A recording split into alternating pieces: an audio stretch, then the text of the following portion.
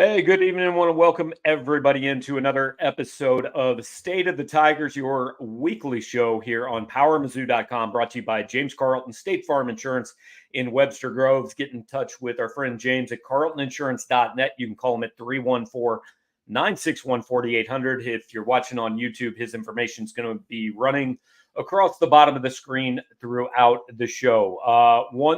We've used this show to let you guys get to know some of the more recent recruits, transfers, commitments, all that. Special show tonight. We're going to bring two of them in, and we're going to get right to it because they don't want to sit in the waiting room and listen to me talk anymore. Jack Lange from Eureka, Missouri. Daeden Hopkins from Herman. Daeden is we're going to start with you because you've been a Missouri commitment, I think, for all of about 4 hours now. So just kind of tell everybody why you decided to go ahead and do it today. So I went up there Friday, and so really all it was holding me back was just like seeing how the players interact with each other. And I went up there Friday with the goal of like talking to the players and stuff and seeing how they interact. And I loved it. Talked to the players. They all had really good things to say about the coaches. And then that was really all I was needing. I got to talk with the coaches some more, and and then just made the decision today. So now I want to know. I know that usually you guys have like group texts, group chats going on with all the commitments and stuff like that. Are you guys like in a chat together? Jack, did you know Missouri was getting another one after you committed here recently? I did not. We don't have a chat yet, but we got to get one going. So I know I reached out a week or two ago, right after I committed, letting him know that he should jump aboard. So that was really the last time that we talked. But I'm sure we'll get a chat going soon. And so, Jack, kind of same question for you. You were about a week and a half ago. Why did you decide, hey, you guys both had offers from all over, could have taken all the visits. Why did you decide to go ahead and shut it down?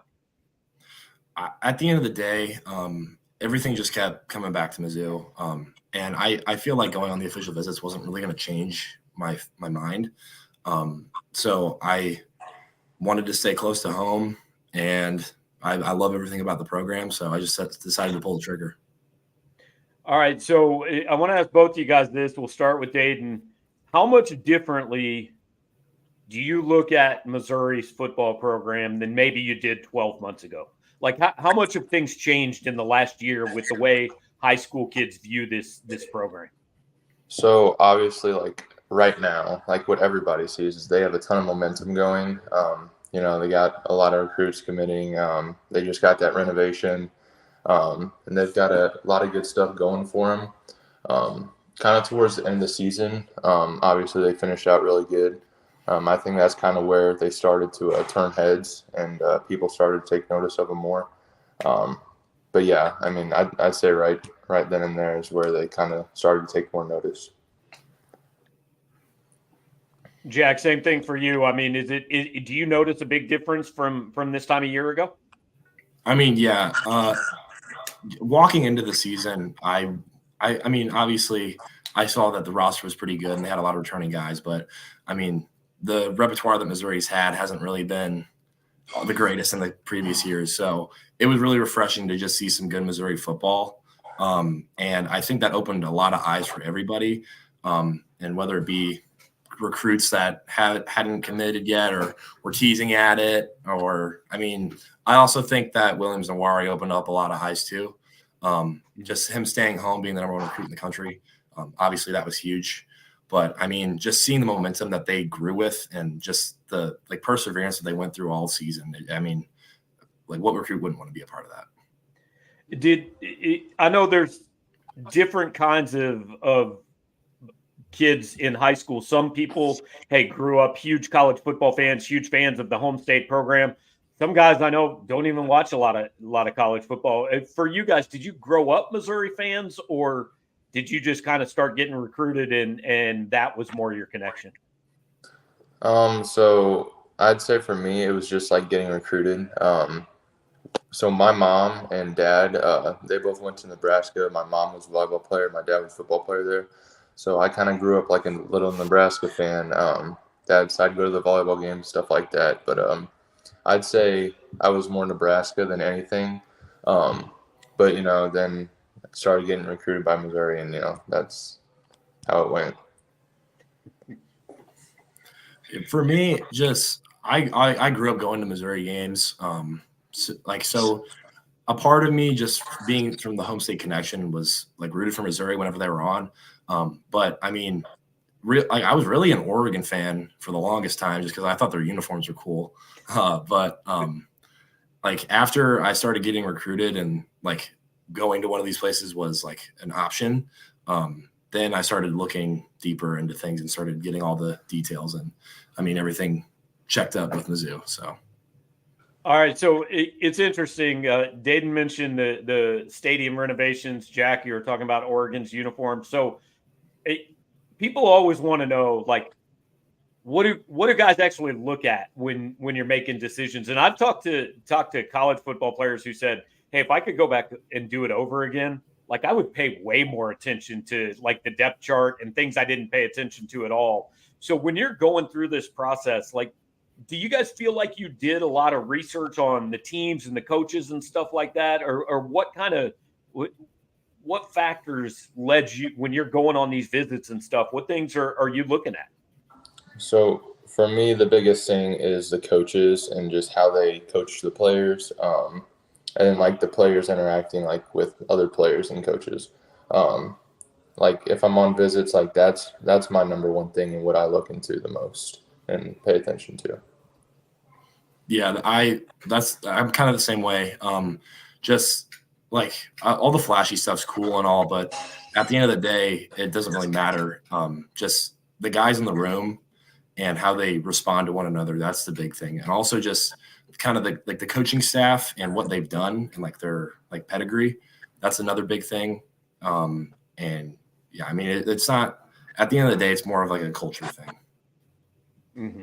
So a lot of the fans that are going to be watching or listening to this, hey, everybody knows Eli Drinkwitz, right? He's out there. He talks a lot. Everybody sees his one-liners and all that. But you guys get recruited a lot more by position coaches, assistant coaches that maybe the fans don't get to see. So I wonder if each of you could kind of tell the fans who your main recruiter was for Missouri and what kind of relationship you had with those guys. So for me, I was originally recruited as a tight end. Coach Link, tight ends coach, he came to my game, watched that, and then offered me that Sunday as a tight end. And then I think they knew that I wanted to play defense in college, so then it kind of transitioned over to defensive end. And whenever Coach Early came in, they kind of let him know that. And so ever since then, they've been recruiting me as a defensive end. Yeah, for me, Evan Brom was the main one recruiting me. He found my film, showed it to Coach Jones. We've been in connection since day one, pretty much. So I've talked to him about things that weren't football. We've grown a really good relationship. And then outside of that, just Coach Jones, Coach Ab, just all the O-line coaches all do their share. So. I want to give fans a chance to get to know you guys a little bit beyond just, hey, you're football players and all that. So, Daeden, you mentioned you want to play defense. Why do you like defense better than offense? I just feel like it's more like I just like it. I mean, sacking the quarterback. I mean, I've always loved that. So yeah, I mean, defense is the way to go for me. Well, I assume you guys will spend some days. Maybe Jack tries to prevent you from doing that in practice over the next few years. Jack, you're not small, man. Was basketball a thing that you did, or was it always football? Basketball never really clicked for me. I'm not a hooper. I've always been pretty bad at basketball, but it's mostly been football. I've been doing that since fourth grade. I've played basketball. I played baseball. I've tried like every sport, but football is the only one that really clicked. And then outside of that, I throw shot put, so that's fun too. Okay, football in fourth grade. Like, were you always a lineman? Were you playing in those leagues where they're like, no, man, you're too big to be the running back, or did you hit a growth spurt at some point? I always wanted to be the running back or quarterback. I was always bigger, and my dad was the offensive coach and the O-line coach, so he just kind of threw me in. So, I played O-line my whole life, and, I've tried D-line, but every single time I go out there, I'm just kind of standing around just filling a hole. But I love driving down the field and scoring touchdowns, so. All right, Daeden, did you play some other sports growing up? Or are you a multi-sport athlete there? Yeah, so I did football. I started that in 6th grade. I did basketball, baseball, and I do track now. And I'm gonna say, yeah, last year was my last year doing baseball. I did baseball and track last year, but it was just like too much. So I'm just doing track this year. So yeah, I've been doing multi-sports my whole life. So what's your event in track? I do 100, 200, high jump, 4x1. Okay. I want to ask you guys too a little bit about your hometowns and where you come from. Daeden, there have not been a lot of Division I football players come out of Herman. I mean, there have been a few, but it seems like it's been a little while. So, is that something that's important to you to be able to represent a town that maybe hasn't turned out a ton of Division I athletes? Oh, we lost Daeden there for a minute. There he is. Yeah, it's been cool. I think it's really cool to like represent, Herman. And just like getting to show there's more than what, more than the winery. There's more than like what am I trying to say here? Like, I can't explain it, but there's more than what meets the eye, I should say. But like, yeah, I think it's pretty cool to represent Herman. Jack, I'm going to date myself here. I actually remember a couple of offensive linemen that went to Missouri from your high school, but it's been a while, man. It's like back in the early Gary Pinkel days. So tell me about kind of Eureka and your how much you're looking forward to kind of representing them on a bigger stage. It's huge. We've had a lot of great old linemen come through Eureka. Notable ones are Josh Baker. He's the center at Arizona. Brendan Schlittler. He played left tackle at Liberty. My next door neighbor is actually Joe Giannino. He was the last Missouri lineman to come out of Eureka. So it's and then we also had Hassan Haskins come through, running back for Michigan. He was probably the biggest one to come through. But it's huge. Everybody here is all 100% Mizzou, and everybody here backs me. And they all support me. I feel like everybody in the town just knows who I am, and they're always saying hi. So that's big for me, just to be able to represent that, and they can come to the games too, which that's a huge thing. Just playing in front of my friends and family. For both of you guys, what are the next few months like now? Is this, everybody says being recruited is it's a privilege, it's an honor, but it's also really a big relief to get it done with. So what are the next few weeks, few months like for you, Jack? For me, it's definitely a big weight off my shoulders. Just getting able to just kind of relax and just kind of focus more on high school. I've got a lot of final tests coming up, so now that I don't really have to worry about recruiting getting in the way, it's just nice to just kind of take a deep breath and focus on the academic side of things. And then, once official visits get here and after that's said and done, then I can just really focus on my summer and my high school season. And that's honestly the big thing. Because if I were to go on all these official visits in June, 90% of our football, our summer ball is in June. So I would be either leaving early from that or just missing out things with my teammates that I just want to be with. Daeden, how about you, man? What's kind of the plans? And now that you've got this out of the way, what are your next few months like? So I did have 3, counting Mizzou, 3 OB scheduled. So I don't have those anymore. We got a team camp at Missouri Western. Our football team does. So it's nice to I have a lot more space. now that I'm not worrying about that, I can focus on my senior season now, and really just lock in for the senior season. I'm curious for both of you. Once you commit, and Daeden, you probably won't have a feel for this yet because you committed 4 hours ago. But once you commit, like Jack, have other coaches kind of quit calling you, or does it slow down at all? Yeah, a little bit. There's a few schools who still reach out. But I mean, I let the ones in my top 4 know before I committed, and we ended it on good notes. But I think, yeah, there's definitely one school that I can think of that still really wants me, and I don't think they're going to stop until signing day.